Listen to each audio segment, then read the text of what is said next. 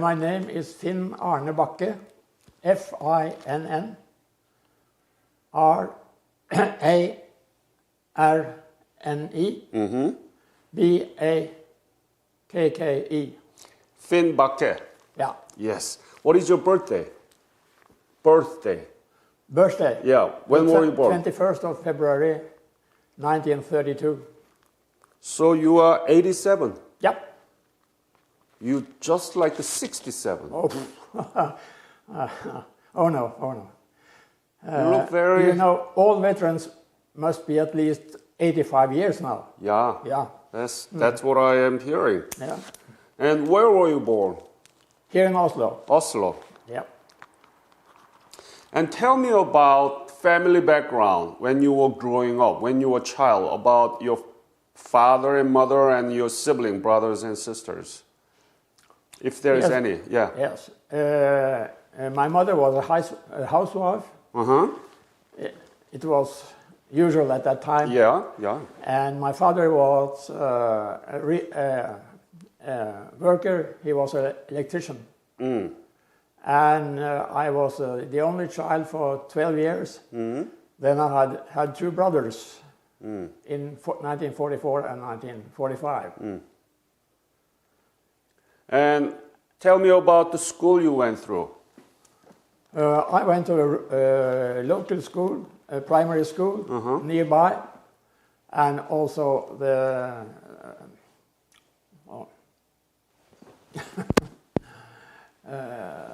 high school was nearby. I see. So I finished high school at the age of 18 years. When you were 18 years old? Yeah. But there was a German occupation during the World War II. Yeah, yeah, I remember that very well. Yeah, yeah. So let's talk about that. Yes. The German occupation started 9th of April in 1940. And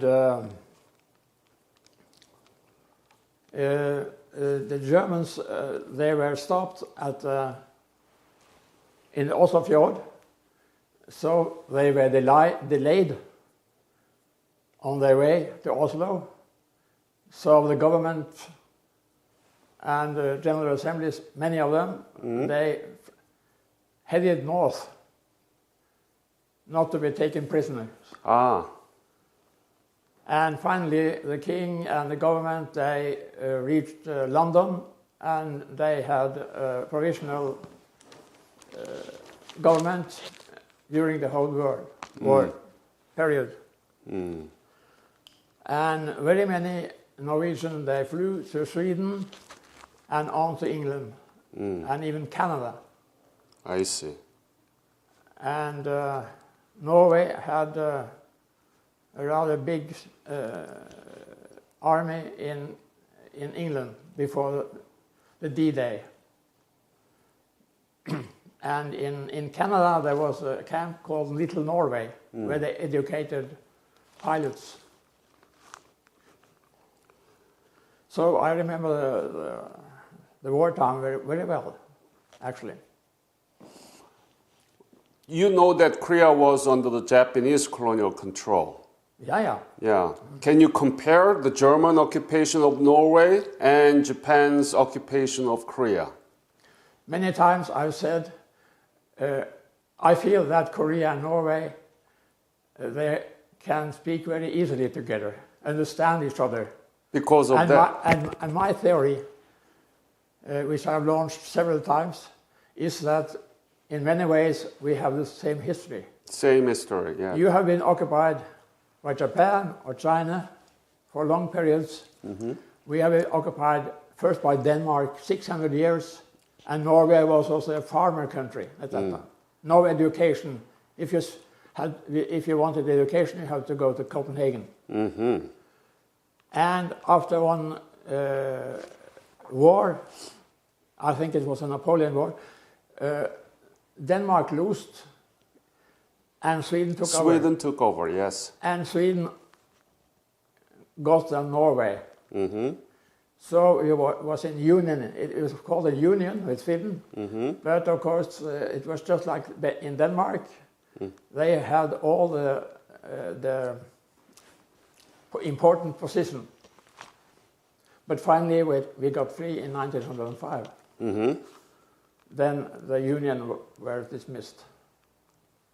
So I feel we have more or less the same history, because both Denmark and Sweden, they had very big territories in Europe at earlier stage. Yes. Yeah. So they were very important countries that time. Yeah. Yeah. Not as today. Finn, that's a very good point. I think we share a lot about those, right? That has been my theory, and I've launched it many times also when a Korean parliament delegation visited us for some years ago, and they... So, did you graduate high school? Yeah. When? 1950. 50. Yeah. And what is the name of the high school? Ries. Could you spell it? R-I-S. It's very nearby where I live today. I live also very near the residence of the Korean ambassador. Yeah. Only 5 minutes walk. So Lis High School. Ries, yeah. L-I-S. Yeah. And when you were in the school, did you learn anything about Korea? No. Not at all? No. What about China and Japan? Did you learn anything about China and Japan? No. Not at all? No. So not much about Asian history? No. No, not at all. Rather unknown to me. Yeah. And so you didn't know anything about it, but now you are the Korean War veteran from Norway. What do you think about that?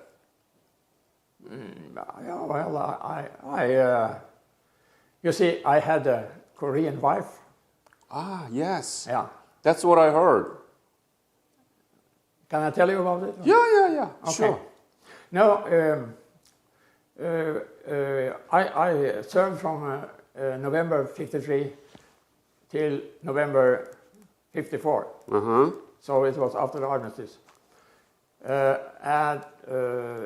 And in the beginning of 1954, we didn't have much to do, so we took in very many Korean civilians as patients. And the leadership found out we had to engage 8 Korean nurses. And they came, and I worked together with them. For some time, I was a male nurse. So I worked first in the operation tent. Originally, I should be at the laboratory, but as you might know, we had 6 months contracts. And the man in the laboratory, he renewed his contracts.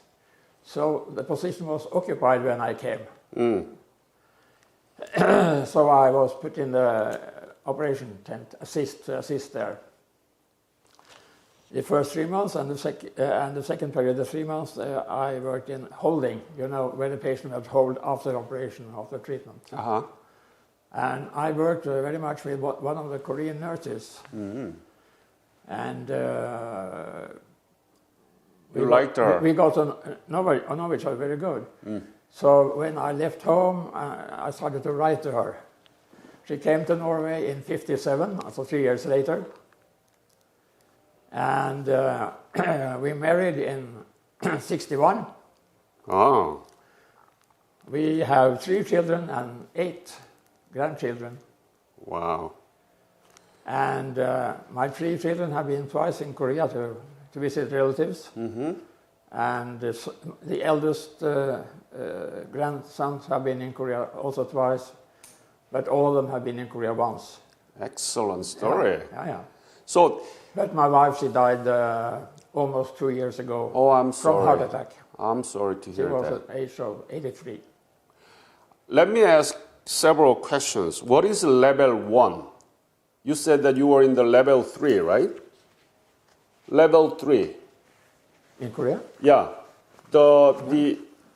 what is the level 1? Level 3, you said. No, there were, in total, there were 7 contingents in Korea. Yeah. Everybody had a 6-month contract. Yes. Everybody was volunteer.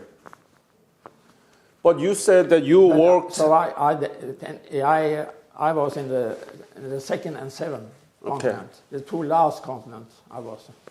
But you said that you work as a male medic, nurse, and you said the level 3.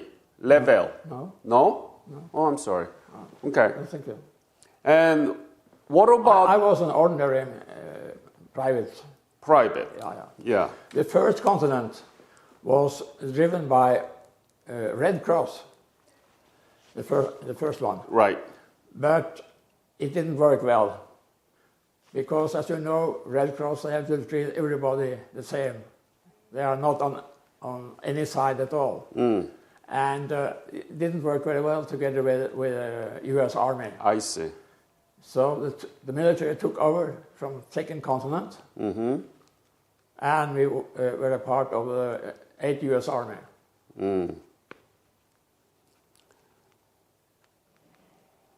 Okay, so tell me about the Korean nurse. They came to Normesh after the armistice, right? Yeah. Were there any Korean nurse before armistice? Only one Korean doctor. Okay. No nurses. And they were just educated when they came to Normesh. But the Norwegian nurses, they were rather old compared with us, because they didn't dare to send young girls, Norwegian girls, to Korea. So they were more adults than we were. I was 21 at that time. So that when you received the Korean nurse, they were not trained as a nurse, right? They were not trained, no. So they began to learn. They began to learn. Educated but not trained. So they came directly from the school. From the school. Yeah. So you guys trained them as a nurse, right? Yeah, more or less.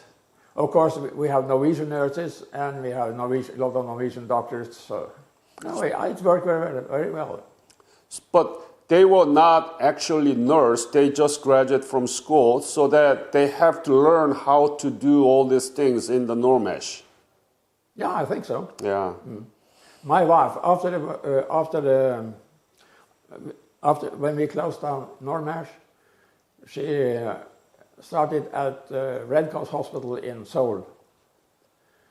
And the Norwegian Korean Association, they established a small hospital for TB children. Yep. And she transferred to that hospital. So she stayed with Norwegian and learned more Norwegian. And actually, to leave Korea, she had to take a Norwegian exam to prove that she could manage in Norway. I see. Yeah.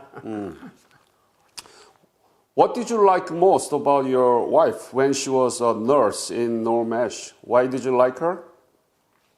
Anything you can say about her?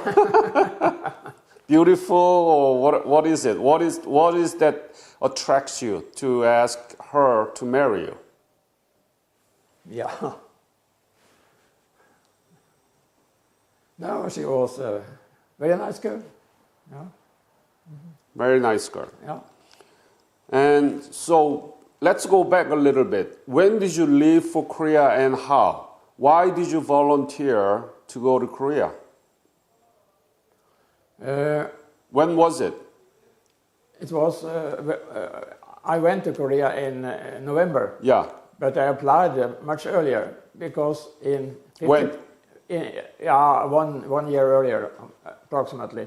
Because in 52 I served my regular army service in the Coast Artillery. So you were in the military? No, you have to make a service. No, I'm not a military man. No. No, before you go to Korea... I had 1 year service. Right. Which I had to have. Yeah. In 52. Yeah. And when I finished my service, I applied for Normash. Why? Why did you apply for Normash? I can be very honest with you. Yeah. First of all, as you know, Norway had the first General Secretary of UN. Yes. And he participated very much in the UN operation. Uh-huh. And it was not much talk about it in Norway due to that. So the Norwegian government decided to send a field hospital. So, of course, it was, to a certain extent, I wanted to help. Secondly, it was very far away that time, the opposite side of the world. So it was very exciting. And thirdly, I needed money for my study. Because at that time you could not get money from the state stipend the first year. You had to study 1 year and then you can apply for money from the state. I see. Yeah. So there are 3 reasons. To me, rather equally important. That's the reason why. Thank you for being honest. And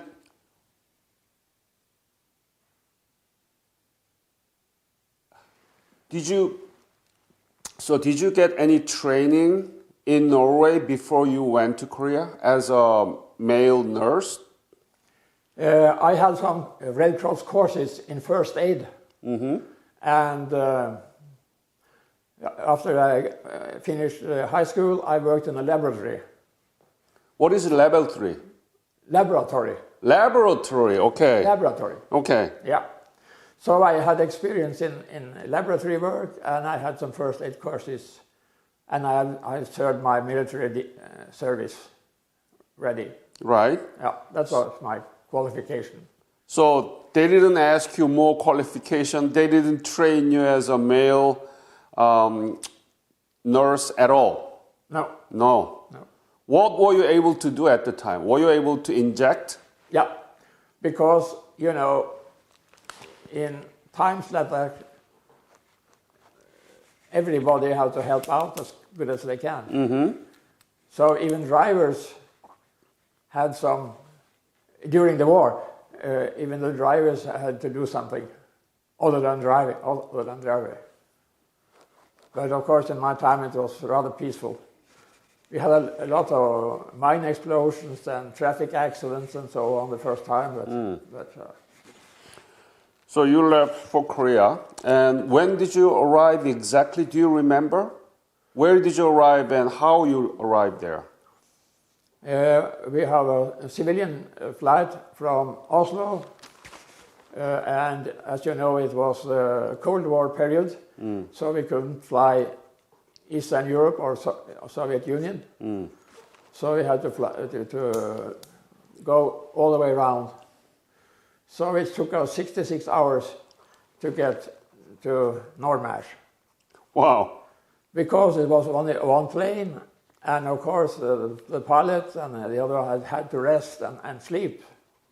Right. So we finally came to Tokyo, because civilian airplane couldn't land in Korea, of course, during wartime.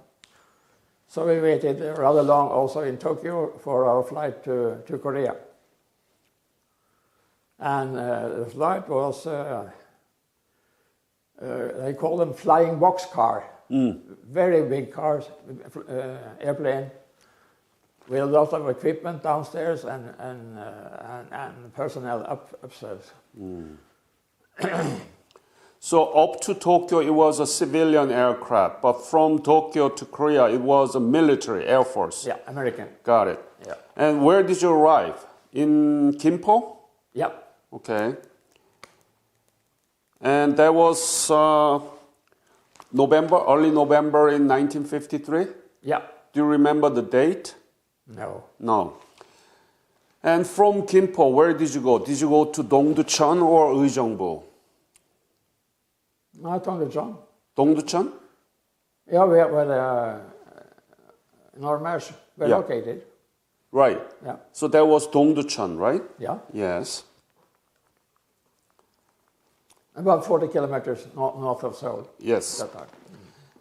Tell me, give me a honest description of your feeling about Korea for the first time. You were looking for some country far south from Norway.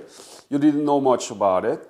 And you saw Korea for the first time. Korean people, Korean landscape, Korean cities. What was it? Tell me. Describe detail, please. The city of Seoul was rather totally destroyed, as you know. As far as I know, all the 4 gates were standing. They were not destroyed, as far as I can remember.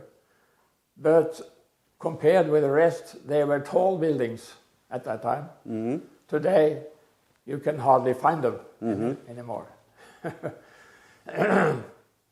But of course, it was very crowded with Koreans, of course, everywhere. And they all looked the same.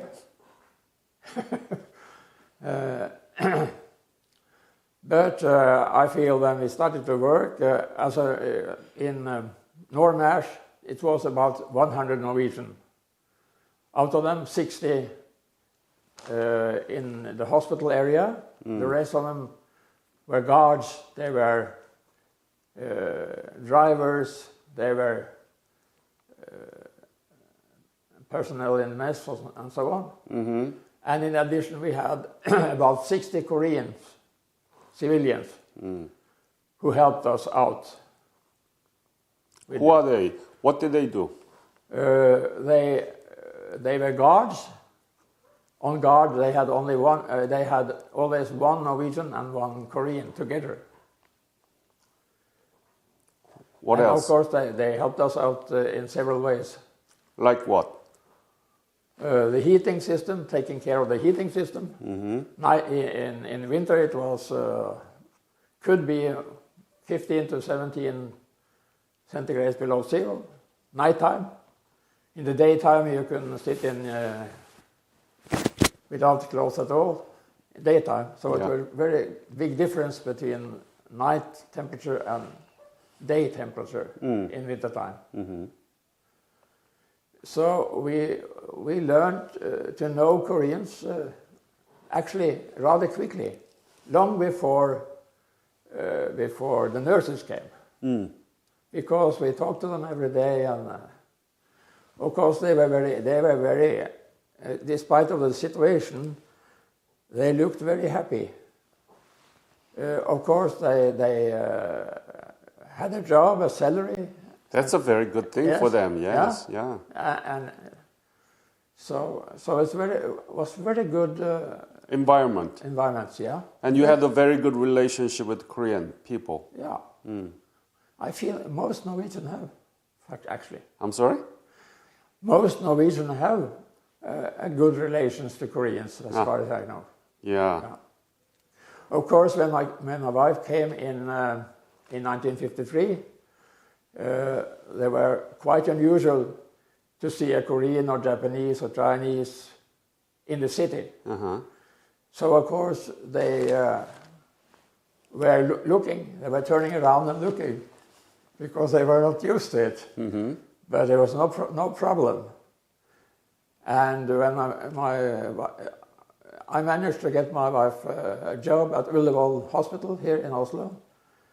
And I think for 2 months they had a little less pay than an ordinary nurse. But after 2 months he had the full pay and was very, very well accepted. No problem at all. Very good. Yeah, very good. Mm-hmm. No problem.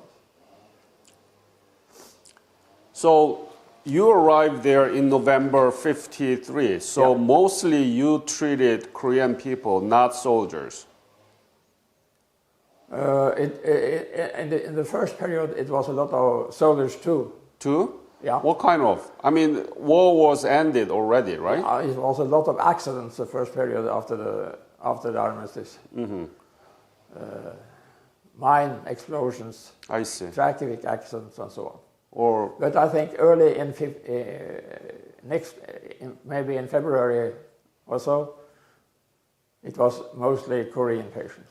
so for the Koreans, what kind of disease was the main thing? I mean, what are the things that you actually treated? No, I don't know exactly. Uh-huh. No. Because you see, the 6 last months of my service in Korea, Yeah. I was in charge of PX, you know, the post exchange system. So I was in charge there for the 6 last months. Ah, Yeah, I see. yeah. So I left the hospital area. I see. Yeah. But at the time, you were dating with the Korean, your wife, right? Yeah. Ah, very good. What are the things that you really bothered you while you were there in Korea, in Normesh or in PX? What are the things that most difficult, or was the things that you couldn't stand? What is it? If I ask you to pinpoint just one. I couldn't find one. You didn't have any problem? No. Not at all. No difficult? No, not at all. Not at all? No. The only one is when we picked up goods for the PX, we had to stop at the railway crossing. And then some went up and stole some of my goods. That is the only. So after that, I was armed when I went to pick up. Oh, I see. I see. No, there's no problem. No, I didn't have any problem at all. Were you able to write letter back to your family at the time? Yeah, no problem. Ah, No. no? No, You did? yes, no problem to write. So, did you write often? How often did you write? No, maybe once a month. Once a month? Yeah. Did you write about your girlfriend, Korean girlfriend, to your family? No. Not at all? No. I started to write to her when I came back. And she answered, but it took a very long time. Must be. Before she answered. Yeah. But gradually it came more often. And my father said to me once, you have got a letter from the man in Korea, he said. Oh no, it's not a man, it's a girl. I said, he took it very easy. And my mother and father, they never complained,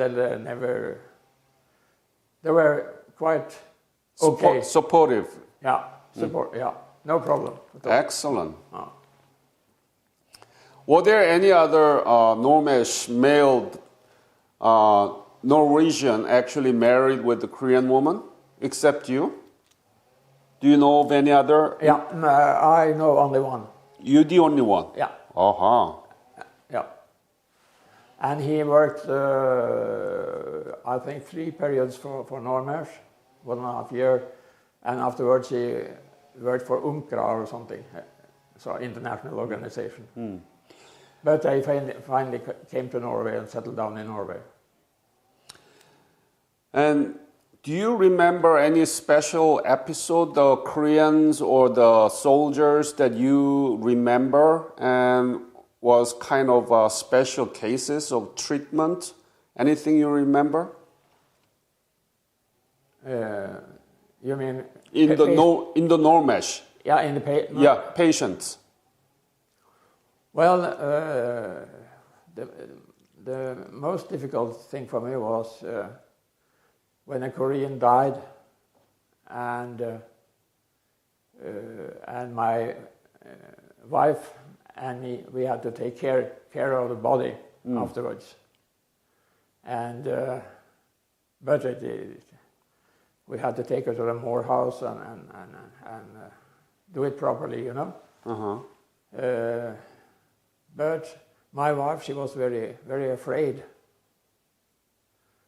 So I had to do the most of the job. So you and your wife, future wife, worked together a lot Yes. in Normesh. Yeah. But for a rather short period then, Rather, yeah. because I took PX. I see.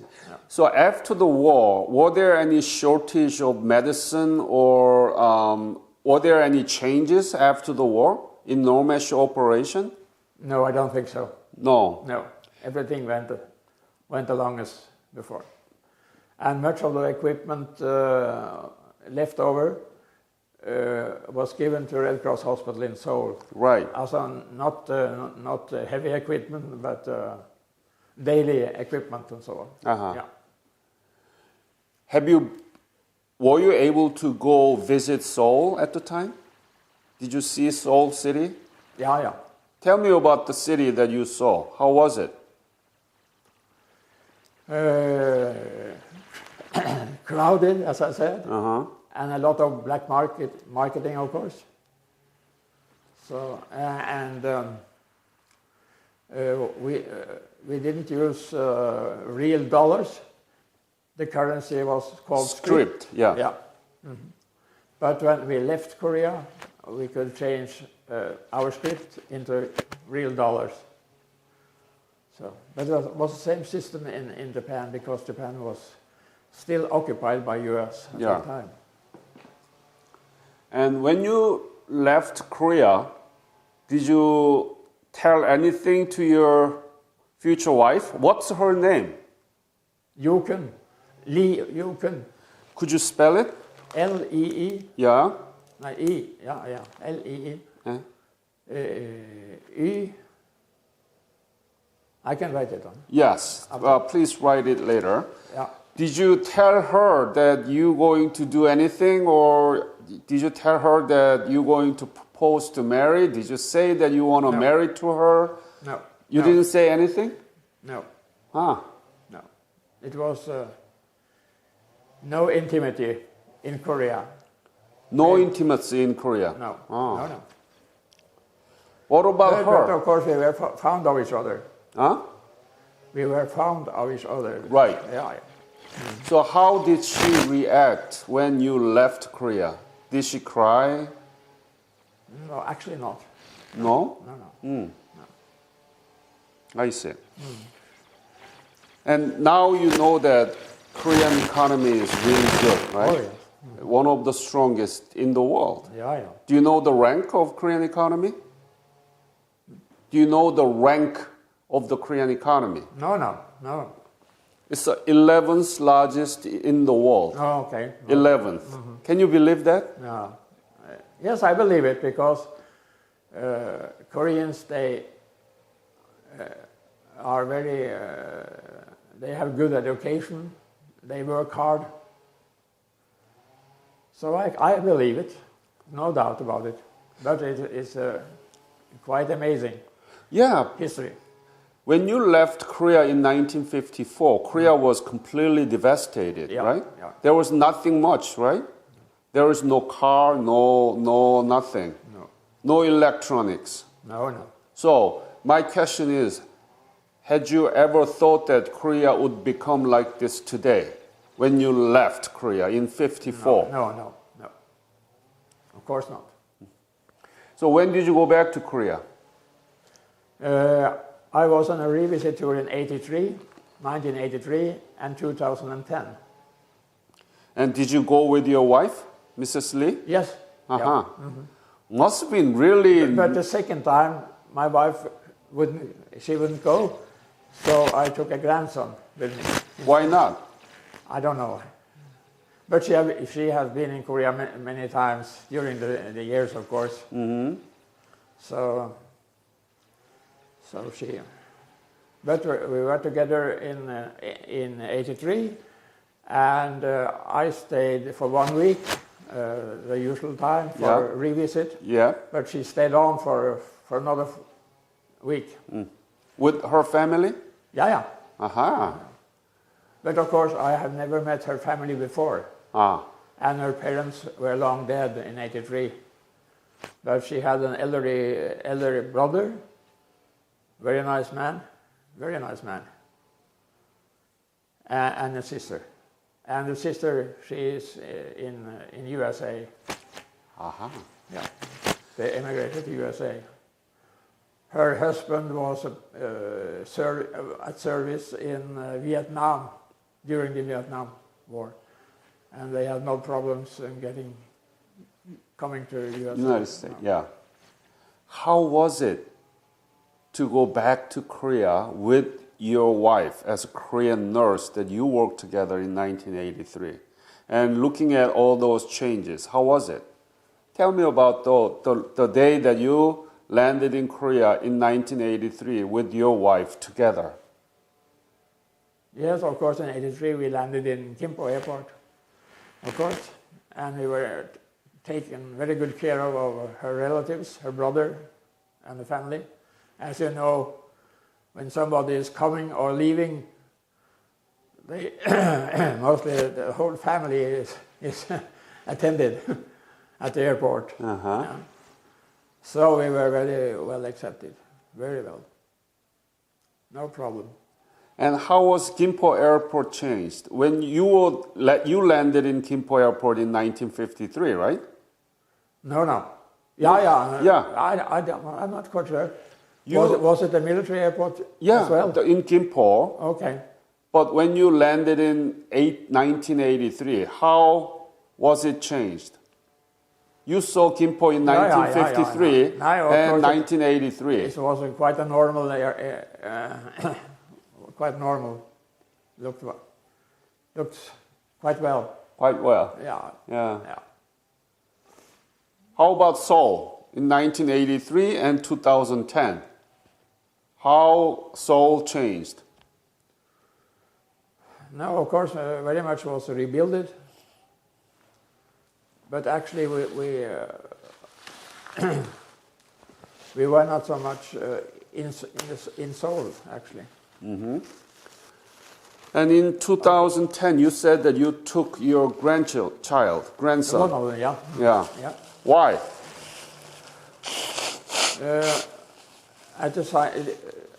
In 2010, they started to invite grandchildren also, because I think the reason why they wanted to create new relations. So my eldest grandson, he was the first period. He was was the first time they invited grandchildren. Uh-huh. And Norway, as you know, we're a small unit in Korea, so we could only have 2 participants, but we had 12 who wanted to go. Of course, we had to spread the news about the veterans, and we had 12 in total. So in the board we said everybody, all 12 are qualified, so we had to make a draw. Yeah. At the same time, we took it up with the embassy if we could have some more. Uh-huh. And the answer was, you can send all 12. All 12? Yeah. Wow. That's very good. And they stayed not only for 1 week, but for 2 weeks. The second week, they had a march along the demilitarized zone for 1 week. Mm-hmm. Yeah. That was the eldest one. What's his name? Didrik. Didrik? Didrik. Yeah. And did Didrik know anything about Korea before he went to Korea with you in 2010? Did he know anything about Korea? Of course, he has seen all my pictures, and yes, at that time, of course, you know a lot more about Korea than in my earlier days. So he was rather well prepared. How did he like it? No, he liked it very much.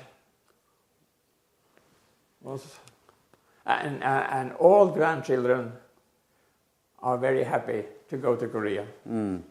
And this Easter, there were a family reunion in Korea.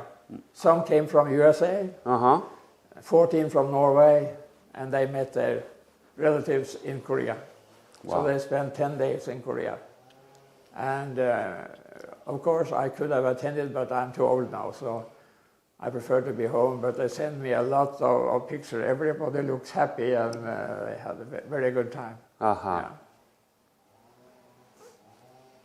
So now the Norwegians, they order shipbuilding to Korea. More than 50% of their total need. For many years. Yeah. Do you know any other economic cooperation between Norway and Korea now?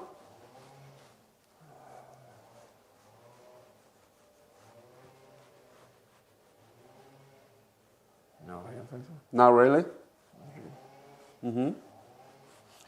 Are there many? Yeah, I mean, the Koreans import a lot of fish from Norway too. Yes. And, okay. Yeah. And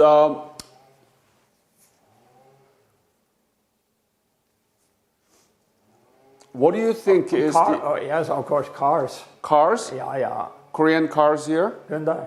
Hyundai? Yeah. Lot of them. Lots of them. Yeah. Is that popular? Yeah, rather. They have just launched new electric cars also, I think. Yeah. As far as I remember.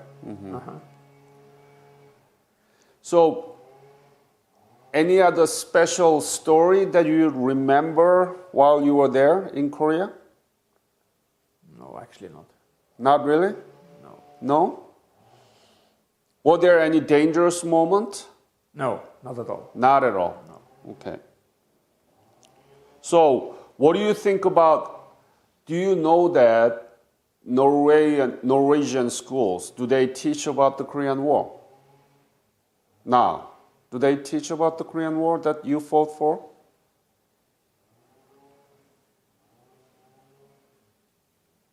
No? Not much. Oh. I don't think so. You don't think so, right? No. You know, out of ashes, out of total devastation, you saw that, right? The 11th largest economy came out of it, and very strong democracy in Korea. Yeah. Why don't we talk about it? Why is it known as forgotten war? The war that you fought for has been known as a forgotten war. I know. Why is that? Why don't we talk more about it? Now, I think, you know, it's happening so much in the world today, and the communication is so good, so you know the story. As soon as it happens, you know the story all over the world. So I think most focus are on today and tomorrow's happenings. I see. I think that's the reason why. Is there a Norwegian Korean War Veterans Association here, right? Yeah. What do they do, and how many members do you have there? I should have counted our list before I left this morning, but I've forgotten it. But I think you didn't ask Lucy about it. Yes. She knows exactly because she is in charge of that. Yeah. But I would think maybe 30 veterans are still living. But of course they are living all over the country, and we don't have contact with everybody because we doesn't have that possibility. But at the annual meeting, there are about 10 veterans, I think, attending the annual autumn meeting. That's it?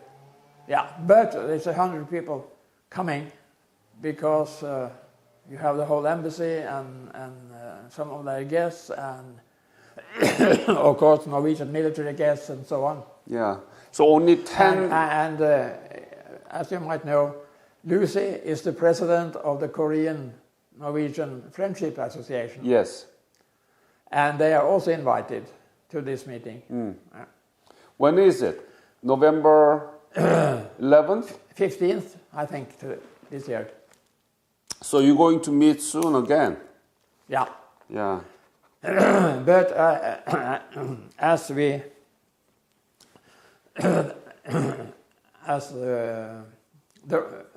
it's very few veterans who can attend the autumn meeting. So this year, the embassy is have a contribution to this meeting, and Nils and Lucy, they took it up in the embassy if we should make a much easier and smaller autumn meeting. I see. But the answer was we continue as before. So, I mean, Koreans have been saying 감사합니다 for so many years. But I tried to find out when they started revisit tours.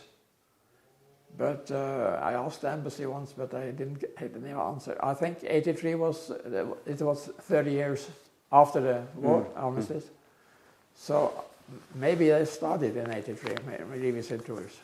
The actual revisit started in 1970s. Oh, yeah, that early? Yeah, but okay. MPBA was not in charge at the time. Okay. It was a Korean Veterans Association that was in charge, but now it's run by MPVA. Yeah.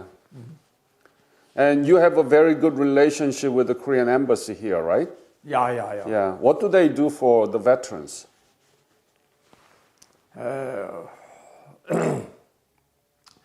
We just celebrated the 10 years anniversary for the Norwegian-Korean Friendship Association in the embassy. Yeah, it was founded in 2009, right? Yeah. Very and Lucy has been the president since that time. Yes. Yeah. Lucy's been very helpful. Yeah. And I had a wonderful time with her last night. Yeah. Okay. Yeah. We had a dinner in the Peace Bell area. Yeah. Voksenåsen. Yeah. And that's where you live? In the same area. Yes. Yeah. So after you come back, what did you do here in Norway from Korea? What did you do? What was your job? I worked in a laboratory, and then I started to study in Munich, Germany. So I studied from 53 until 5 years approximately. What did you study? Chemistry. Chemistry? Yeah. So after that, what did you do? No, I was chief chemist in that same laboratory. In Germany? Food laboratory. Yeah. In Germany? Partly stately driven at that time. Yeah. So what would you say to Korean people and Korean government for the case of for the 70th anniversary of the Korean War breakout next year? Is there any message that you want to say to Korean people in this interview? What would you say about your service there as a Normesh and your relationship with Korea? Now, of course, as I married a Korean,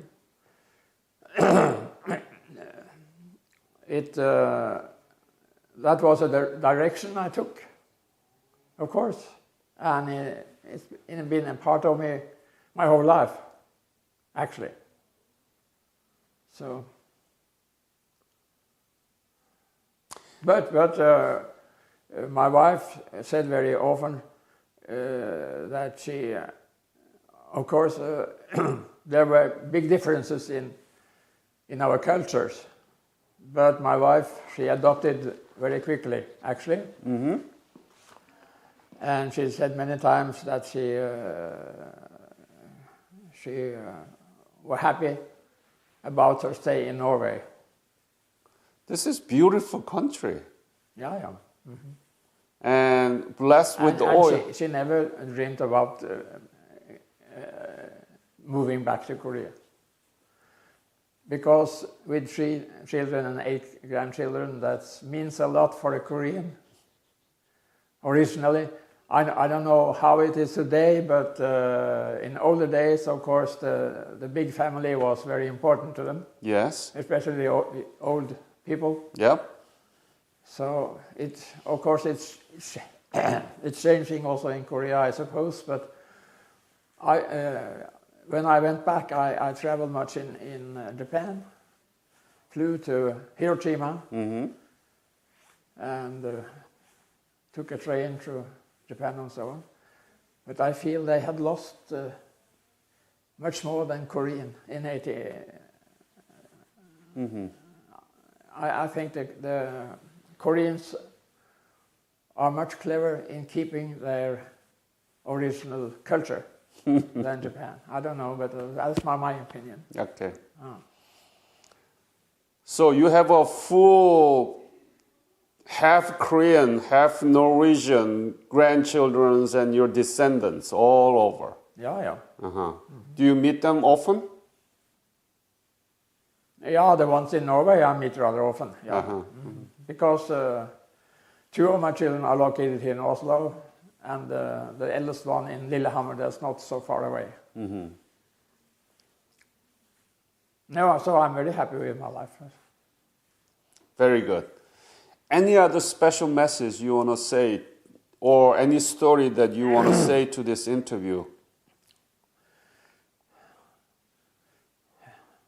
Looking at him, the president. No, as you know, Germany was reunited in 89 or something like that. Yeah, 1990. Yeah, and they still have problems. There are still West and East Germany. Exactly. After so many years. So if North Korea and South Korea should go together, in my opinion, that is not easy. It's not only the high political problems. I think they will create a lot of problems in total, actually. It's very pessimistic. Very pessimistic. But that's the reality. There are lots of problems in Germany between former East and former West. Yeah. What do you think about current dialogue between North Korea's Kim Jong-un and U.S. President Trump?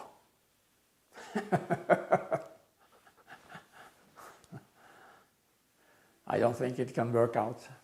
Because they cannot skip their atomic weapons. Then they have nothing at all. That's right. That's the most important issue. And they cannot just go over and say being in love with each other.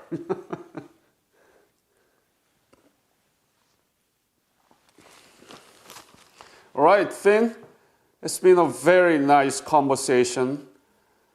And I want to thank you on behalf of Korean Nation that you did for Korean people in Normesh from 1953 to 54. You married Korean woman and you have a full Korean descendants here in Norway. Yep. And that's a very special relationship. Thank you. You're welcome.